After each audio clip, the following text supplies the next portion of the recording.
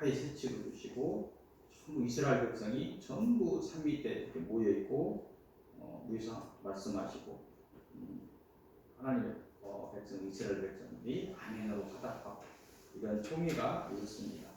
작게 보아서는 하나님이 정한 절기나 제사에 참여할 수 있는 자격을 갖춘 자들의 행사 이런 모임을 하나님의 총회로 이렇게 이야기할 수 있습니다.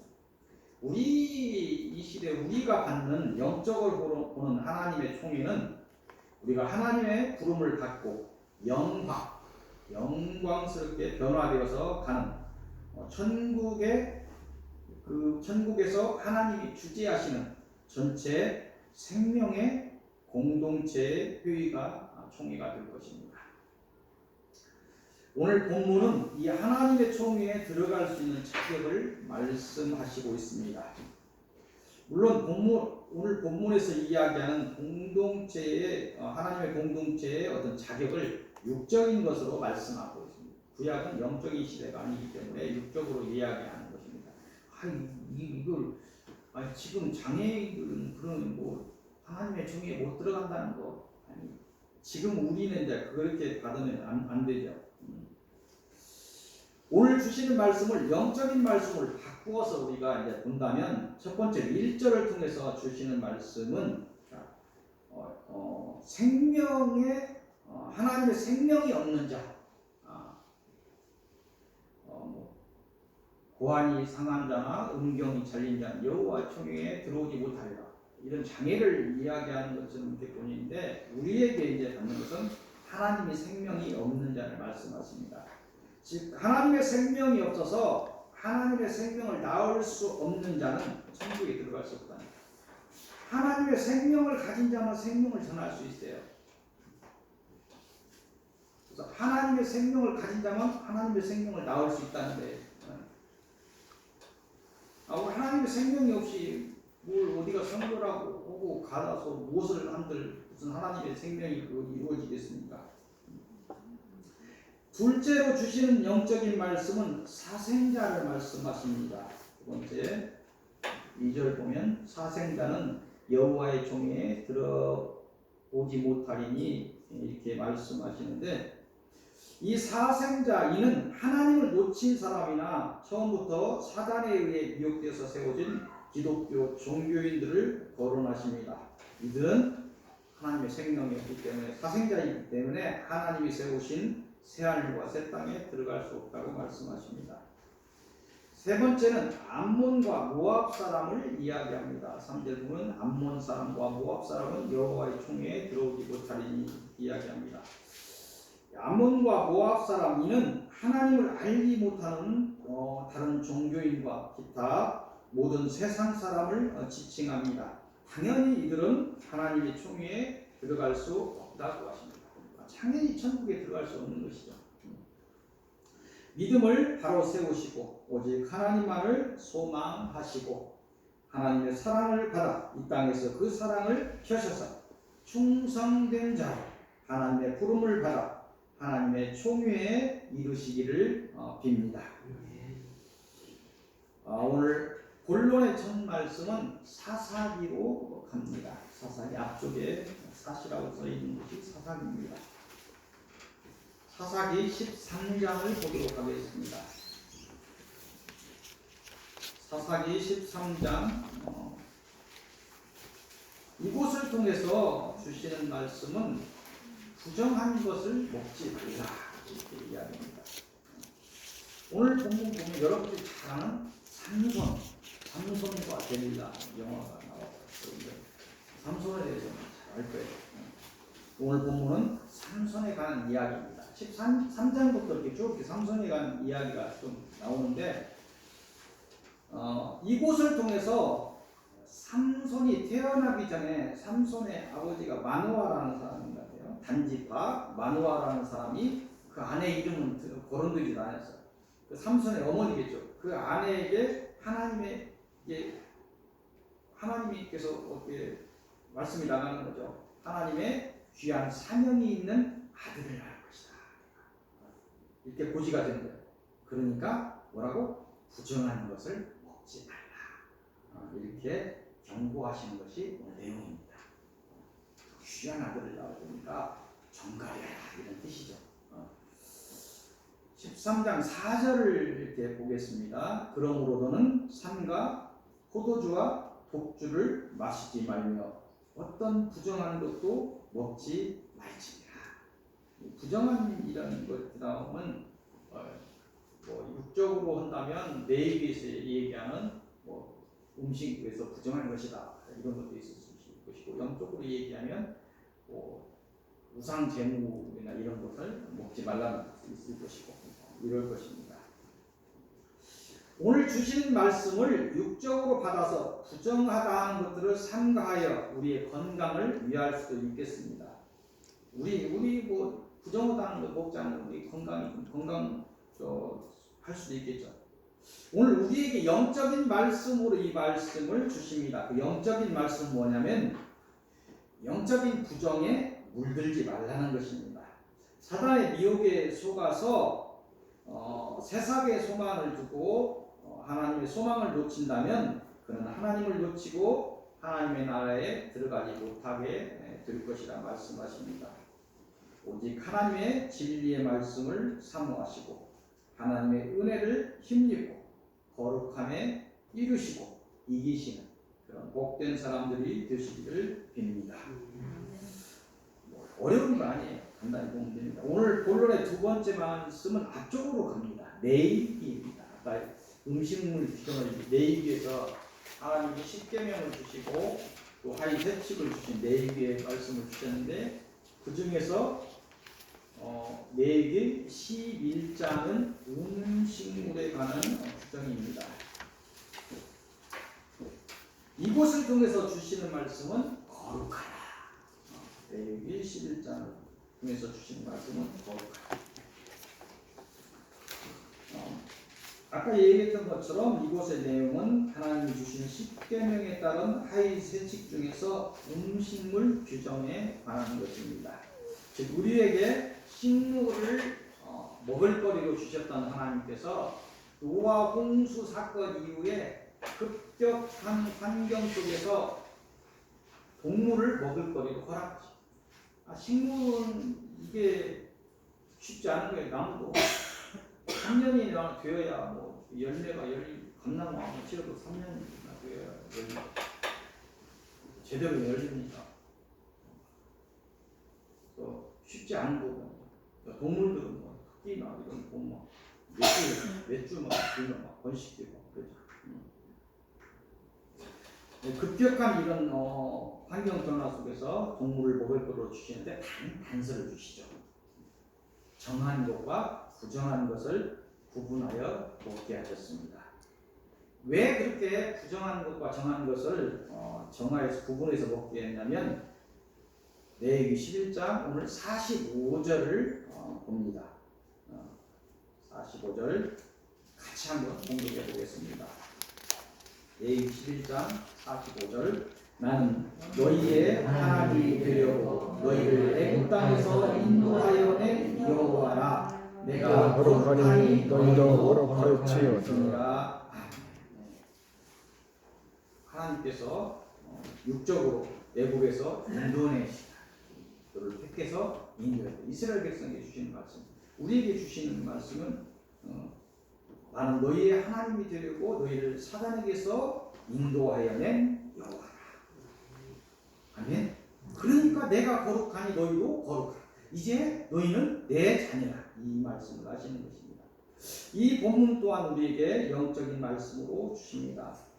육적으로도 부정한 음식을 절제하고 정결한 몸을 만들고 영적으로도 사단의 미혹에 주의하여 순결한 영을 유지하여 하나님 앞에 거룩한 자들이 되라는 그런 말씀인 것입니다. 음식 자체가 우리를 죄있다 정죄하지는 않습니다. 음식으로 인해서 우리가 죄짓지 않는다는 거예요. 음식으로 인해 우리가 영적인 타락으로 이룰 수는 있습니다. 하나님이 주신 몸을 건강하게 지키지 못할 수도 있습니다. 또한 세상 모든 것을 모두 해서는 안 된다 이렇게 얘기하는 것은 아닙니다. 그렇지만 세상 사람이 하는 모든 의롭과 유흥을 모두 쫓아서도 안 될 것입니다. 세상을 사니까 세상 속에서 살 수밖에 없어요. 세상 사람이 하는 거 또 쫓아가면서 다 즐기고 다 하면서 하나님을 만날 수 없다는 것을 이야기합니다. 그리스도인의 걸맞게 지혜로서 모든 언행에 있어 절제 미덕을 갖추시기를 빕니다. 또한 때로는 하나님이 말씀하시는 부정에 대하여 단호한 단절, 아닌 것 아니라고 단호하게 단절해야 됩니다. 그 단절의 결단으로 거룩한 사람들이 되시기를 빕니다. 그래야 하나님의 총회에 이르시기를 빕니다. 본론의 세 번째 말씀은 창세기 앞쪽으로 넘어갑니다. 창세기 48장으로 가겠습니다.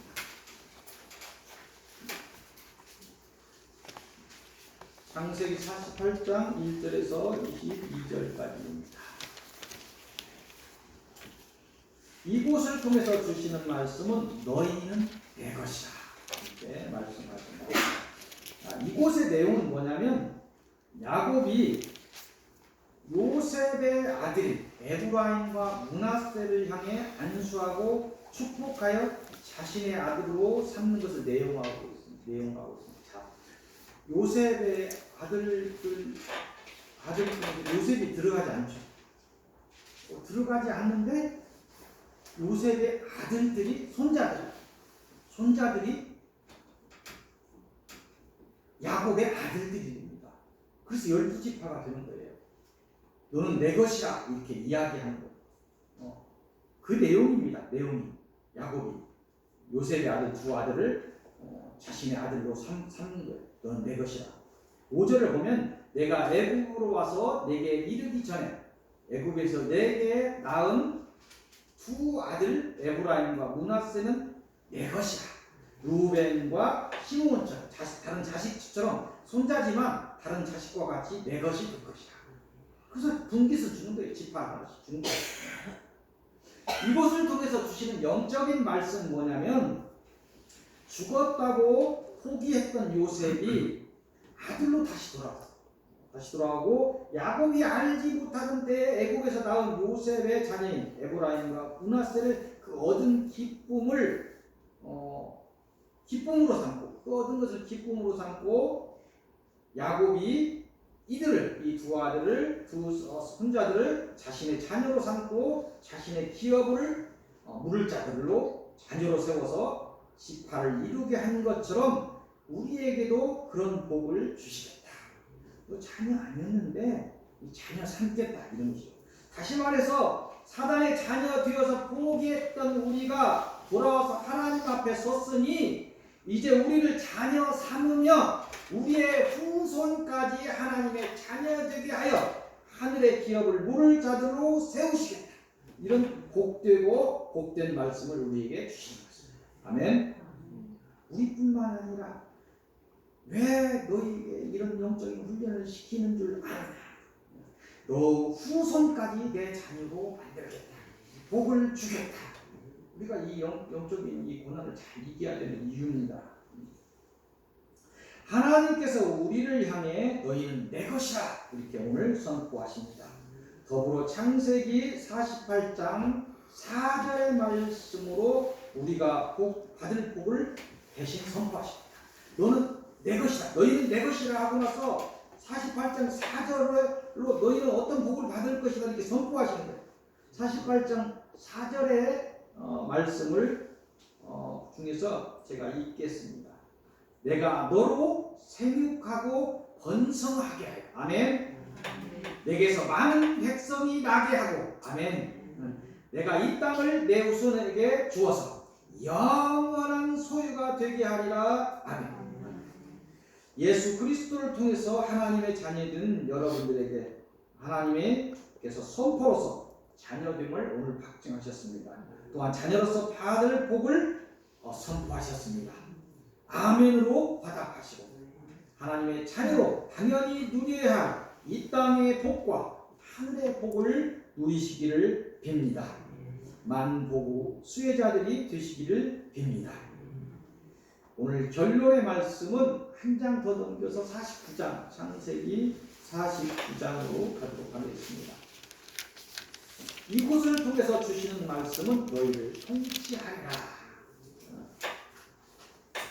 본론의 세 번째 말씀으로 너희는 내 것이라 하신 하나님께서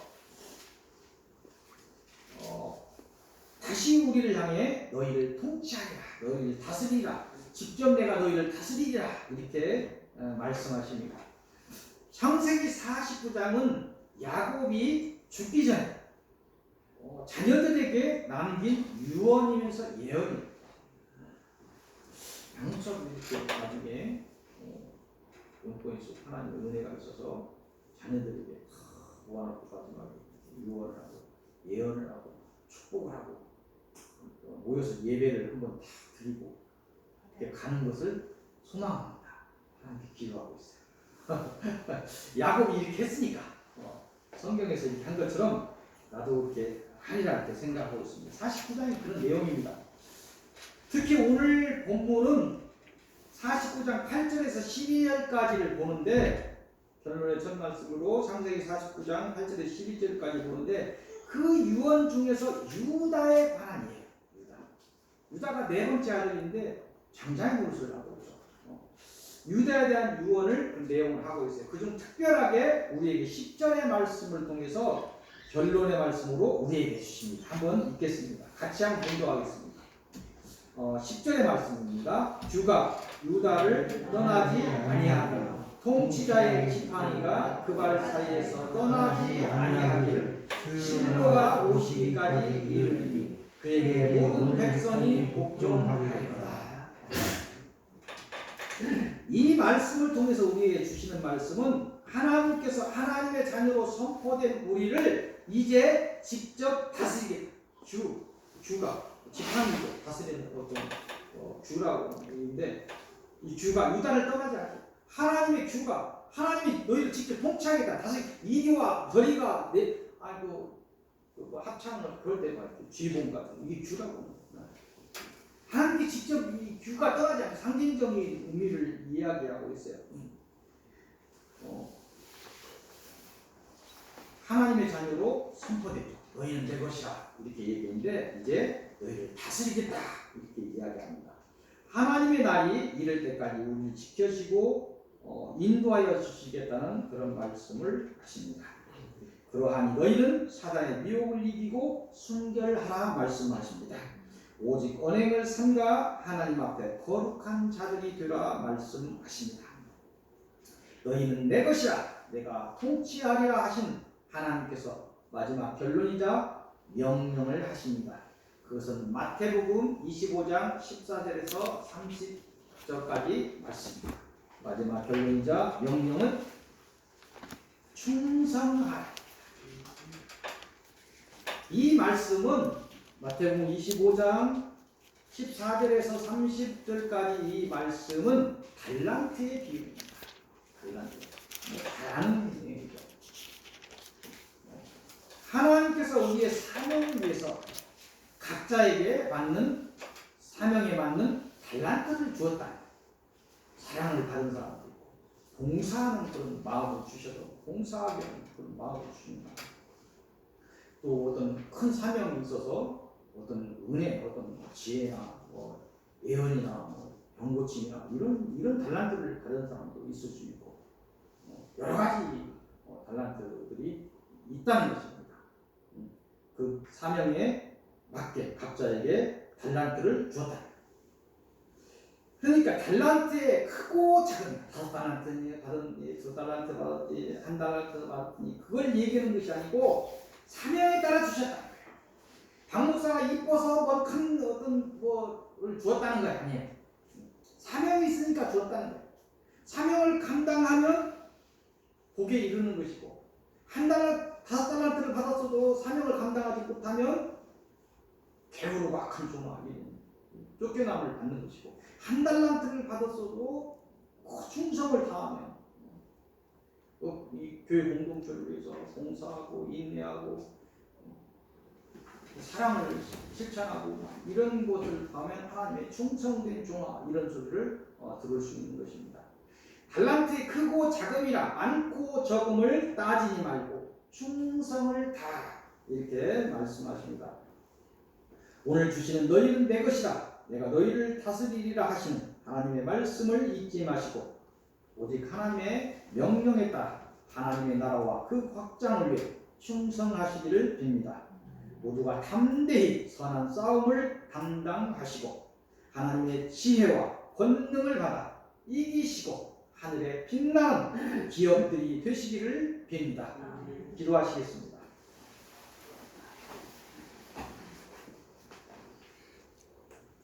하나님 감사합니다. 너희는 내 것이라 내가 너희를 통치하리라 하신 하나님의 말씀을 듣습니다. 그러니 너희는 내가 거룩하니 너희도 거룩하라 하신 하나님의 말씀을 가슴에 받습니다. 저희는 약합니다. 작은 것에 흔들립니다. 작은 바이러스 하나에도 우리는 근심과 걱정 속에 있습니다. 두려움 속에 있습니다.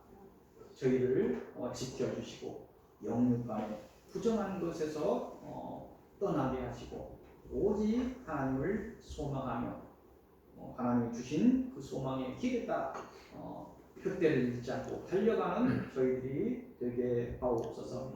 저희를 긍휼히 여기시고 마지막까지 은혜를 베푸시고 저희를 구원하여 주옵소서. 주 예수 그리스도 이름으로 기도하옵나이다. 아멘.